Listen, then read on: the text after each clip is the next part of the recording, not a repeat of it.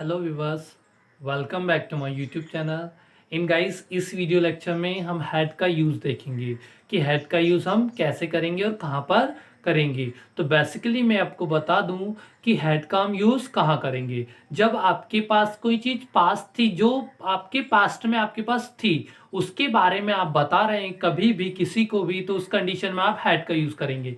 जैसे मेरे पास कार थी, मेरे पास बंगला था, मेरे पास पैसे थे, मेरे पास नॉलेज था, मेरे पास एक्सपीरियंस था, मेरे पास जो कुछ भी था, उसके लिए क्या यूज करेंगे? हम हैड का यूज करेंगे। ठीक है, तो यहां पर आगे बढ़ते हैं हम, और यहां पर आप सबसे पहले जो हमारा स्ट्रक्चर है वो देख लेते हैं। ठीक है, जो चार स्ट्रक्चर है हमारे, अफर्मेटिव के लिए, नेगेटिव के लिए, इंट्रोगेटिव के लिए और इंट्रोगेटिव प्लस नेगेटिव के लिए, ये चार स्ट्रक्चर देख लेते हैं पहले हम। तो सबसे पहला हमारा स्ट्रक्चर है, उसमें क्या है, सबसे सिंपल स्ट्रक्चर है, जिसमें हम क्या देखेंगे कि अफर्मेटिव सेंटेंस को हम ट्रांसलेट कैसे करेंगे। ठीक है, तो अफर्मेटिव सेंटेंस को ट्रांसलेट करने के लिए सबसे पहले हम क्या यूज करेंगे? Subject plus head plus noun. ठीक है, अब नाउन क्या होता है? तो नाउन क्या होता है, आप एक बात को ध्यान रखेंगे कि noun means naming word.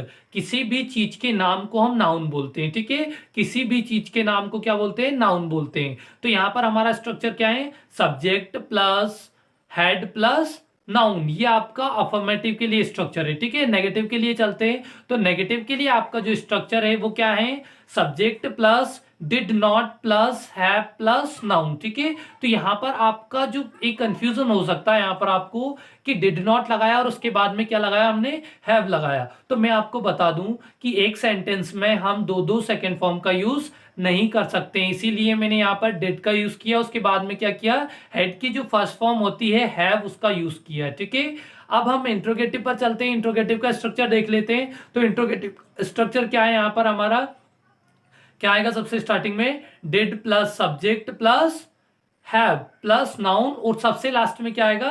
Question mark. ठीक है, और अब यहां पर हम क्या देख लेते हैं? सबसे लास्ट वाला जो कि इंट्रोगेटिव प्लस नेगेटिव है, तो वहां पर क्या आएगा? Did plus subject plus not आएगा। ठीक है, थर्ड नंबर पर क्या आएगा? नॉट आएगा, प्लस है प्लस नाउन, और सबसे लास्ट में क्या आएगा? आपका क्वेश्चन मार्क आएगा। तो ये चार आपके क्या है? स्ट्रक्चर है, जो कि चारों के लिए हैं, affirmative, negative, interrogative plus interrogative और इंट्रोगेटिव प्लस नेगेटिव के लिए। ठीक है, तो एक एक को समझते हैं, हम आगे बढ़ते हैं इस वीडियो लेक्चर में। सबसे पहले आपके पास जो स्ट्रक्चर है वो क्या है? अफर्मेटिव के लिए, जिसमें क्या है? Subject plus head plus noun. अब यहां पर हम एग्जाम्पल देख लेते हैं, कि एग्जाम्पल से समझेंगे तो हमें बहुत अच्छे से समझ में आएगा। ठीक है, तो जैसे मेरे पास कार थी, तो इसे कैसे ट्रांसलेट करेंगे आप? I had a car. आपके पास कार थी तो कैसे ट्रांसलेट करेंगे? You had a car. पापा के पास पैसे थे तो डैड हैड मनी। पापा के पास पैसे थे, डैड हैड मनी। ठीक है, या फादर हैड मनी। इस प्रकार से आप अफर्मेटिव सेंटेंस को ट्रांसलेट कर सकते हैं। ठीक है, मेरे पास एक्सपीरियंस था तो क्या बोलूंगा? I had experience. मेरे पास नॉलेज था, आई हैड नॉलेज। आपके पास नॉलेज था, यू हैड नॉलेज। आपके पास बंगला था तो क्या बोलोगे आप? You had bungalow. ठीक है, बंगले को इंग्लिश में क्या बोलते हैं? बंगलो बोलते हैं, पैलेस भी बोलते हैं। ठीक है, तो यहां पर किसका देखा हमने? अगर अफर्मेटिव की। अगर नेगेटिव की बात करें हम, तो आपके सामने यहां पर नेगेटिव का स्ट्रक्चर है। नेगेटिव में क्या करेंगे? जो नेगेटिव का मतलब क्या होता है? नकारात्मक सेंटेंसेस। जैसे मेरे पास ये नहीं था, पास्ट में मेरे पास ये नहीं था, पर अब हो सकता है, या ये चीजें बता रहा हूं कि मेरे पास पहले नॉलेज नहीं था, मेरे पास मोबाइल नहीं था, मेरे पास कार नहीं थी, मेरे पास घर नहीं था, मेरे पास कपड़े नहीं थे, मेरे पास घड़ी नहीं थी। इस प्रकार के सेंटेंस को आपको ट्रांसलेट करना है, किसी को बताना है, तो क्या बोलोगे आप?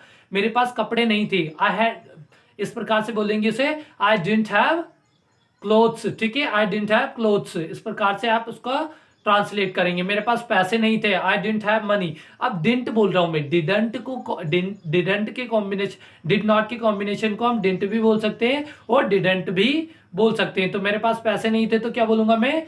I didn't have money, I didn't have money, I did not have money. तीनों एक ही है, बस इनको बोलने का अलग अलग तरीका होता है। ठीक है, डिड नॉट को हम डिडंट भी बोल सकते हैं, डिडंट भी बोल सकते हैं, और डिड नॉट भी बोल सकते हैं। ठीक है, मेरे पास घर नहीं था, आई डिडंट हैव पैलेस। ठीक है, इस प्रकार से हमने क्या देखा? किसके लिए? अगर नेगेटिव सेंटेंस है तो उसके एग्जांपल देखिए। ठीक है, अगर आप इंट्रोगेटिव पर चलें तो इंट्रोगेटिव का स्ट्रक्चर देखें। इंट्रोगेटिव का स्ट्रक्चर क्या है हमारा? सबसे पहले क्या है इसमें?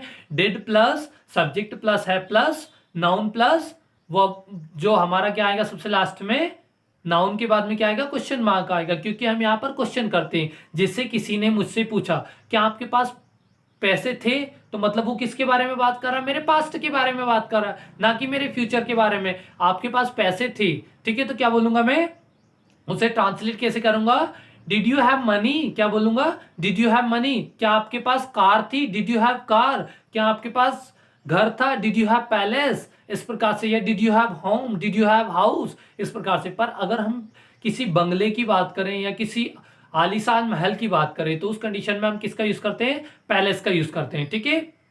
तो इस प्रकार से हमने क्या देखे, इंट्रोगेटिव सेंटेंसेस, ठीक है।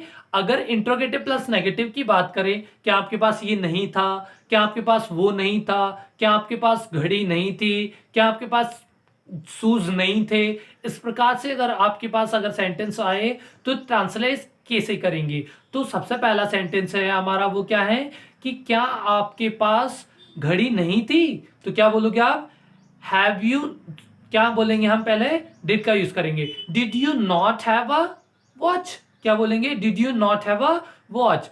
क्या आपके पास बंगला नहीं था, did you not have a bungalow. इस प्रकार से आप यूज कर सकते हैं इनका, ठीक है।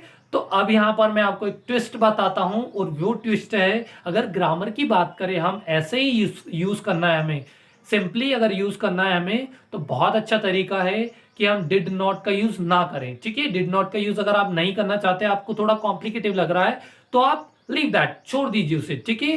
क्या यूज करेंगे, जो अफर्मेटिव के लिए तो आपका अफर्मेटिव के लिए तो वो ही रहेगा स्ट्रक्चर। बट नेगेटिव की बात करें तो नेगेटिव के लिए आपका स्ट्रक्चर क्या हो जाएगा, subject plus had plus no plus noun, ठीक है। जिसे मेरे पास कार नहीं थी, आई हैड नो कार, इस प्रकार से मैं बोल सकता हूं। मेरे पास पैसे नहीं थे, आई हैड नो मनी, इस प्रकार से बोल सकते हैं, ठीक है। अगर हम इंट्रोगेटिव की बात करें तो क्या बोलेंगे हम, had plus subject plus noun, और सबसे लास्ट में जो आपका क्वेश्चन मार्क आता है वो आएगा, ठीक है। तो कैसे बोलेंगे इसे, क्या आपके पास पैसे थे, हैड यू मनी।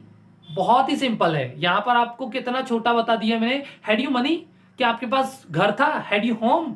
इस प्रकार से आप ट्रांसलेट करेंगे, ठीक है। सबसे लास्ट और फाइनल वाला है हमारा, क्या है उसमें, had plus subject plus no plus noun, ठीक है।